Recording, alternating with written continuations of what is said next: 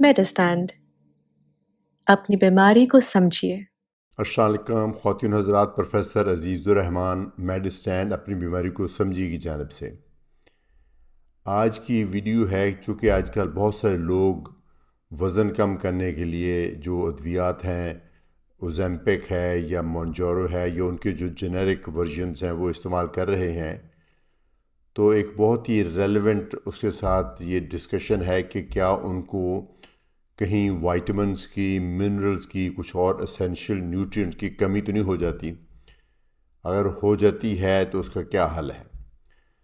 तो पहले तो ये मैं बताना चाहूँगा कि जब आप इन दोनों में से किसी एक दवाई के ऊपर हों, मोंजोरो जो ट्रिज़ेपेटाइड है या ओज़ेम्पिक जो सेमेग्लूटाइड है या इनके जो जेनेरिक वर्जन है, ये आपकी भूख कम करते हैं और आपकी जो थोड़ा सा नौजिया भी करते हैं, स्टोमक की जो खाली होने की रफ्तार को कम करते हैं और ओवरऑल आपका खाना कम करते हैं, उसमें हेल्प करते हैं। तो यकीनन लॉजिकली पॉसिबल है कि किसी चीज़ की कमी हो जाए।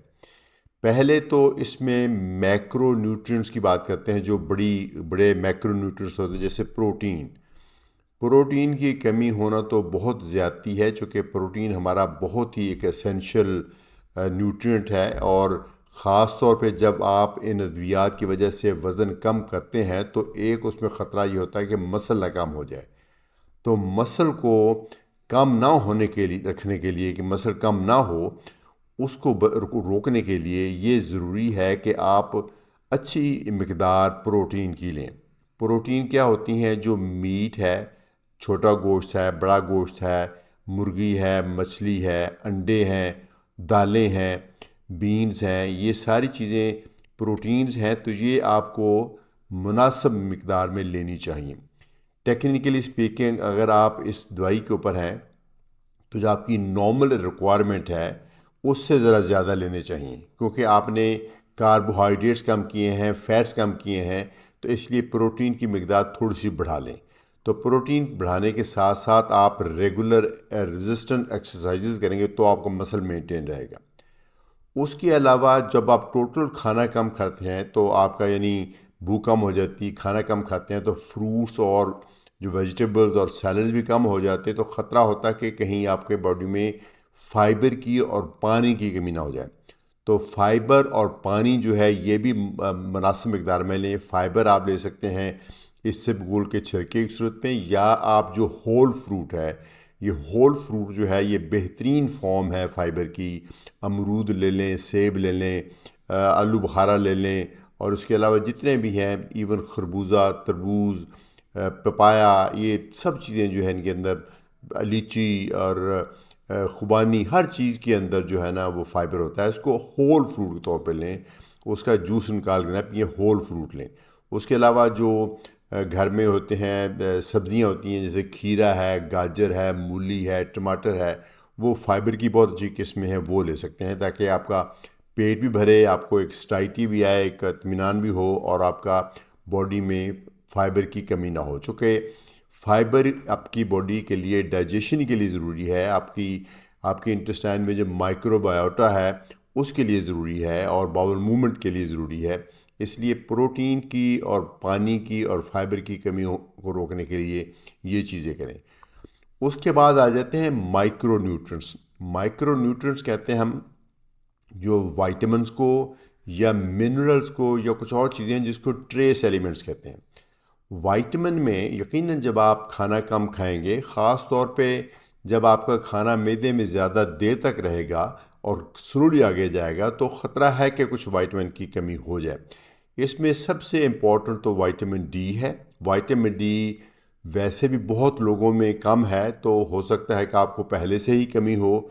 तो आप अगर आप मंजोरो पे या ओज़ेम्पिक पे आए हैं और वज़न कम कर रहे हैं, तो मेरा ख्याल में थोड़ा सा विटामिन डी का सप्लीमेंट लेते जाएं। और जो आपके फिजिशियन आपको एडवाइस करेंगे, जो टिपिकली पाकिस्तान में 50,000 हर 2 हफ्ते बाद ले लें, या आप 2 लाख वाला हर महीने बाद ले लें, खाने के बाद एक विटामिन डी लेते रहें साथ, ताकि विटामिन डी की कमी ना हो। उसके साथ विटामिन बी 12 भी बहुत ही ज़रूरी है, हमारा वाटर सोल्युबल विटामिन है। इसकी कमी ख़ास तौर पे होने का ख़तरा होता है, क्योंकि इसका जो निज़ाम है एब्ज़ॉर्प्शन का वो मैदे पे भी डिपेंड करता है और छोटी आंत पे भी डिपेंड करता है। तो मैदे में चूँकि खाना ज़्यादा देर तक रहता है, इसलिए हो सकता है वो मैकेनिज़्म इसका विटामिन B12 की एब्ज़ॉर्प्शन का कम हो जाए। ख़ास तौर पे वो लोग जो डायबिटीज़ का शिकार है और साथ में मेटफॉर्मिन भी खा रहे हैं, उनको विटामिन B12 कम होने का ख़तरा होता है।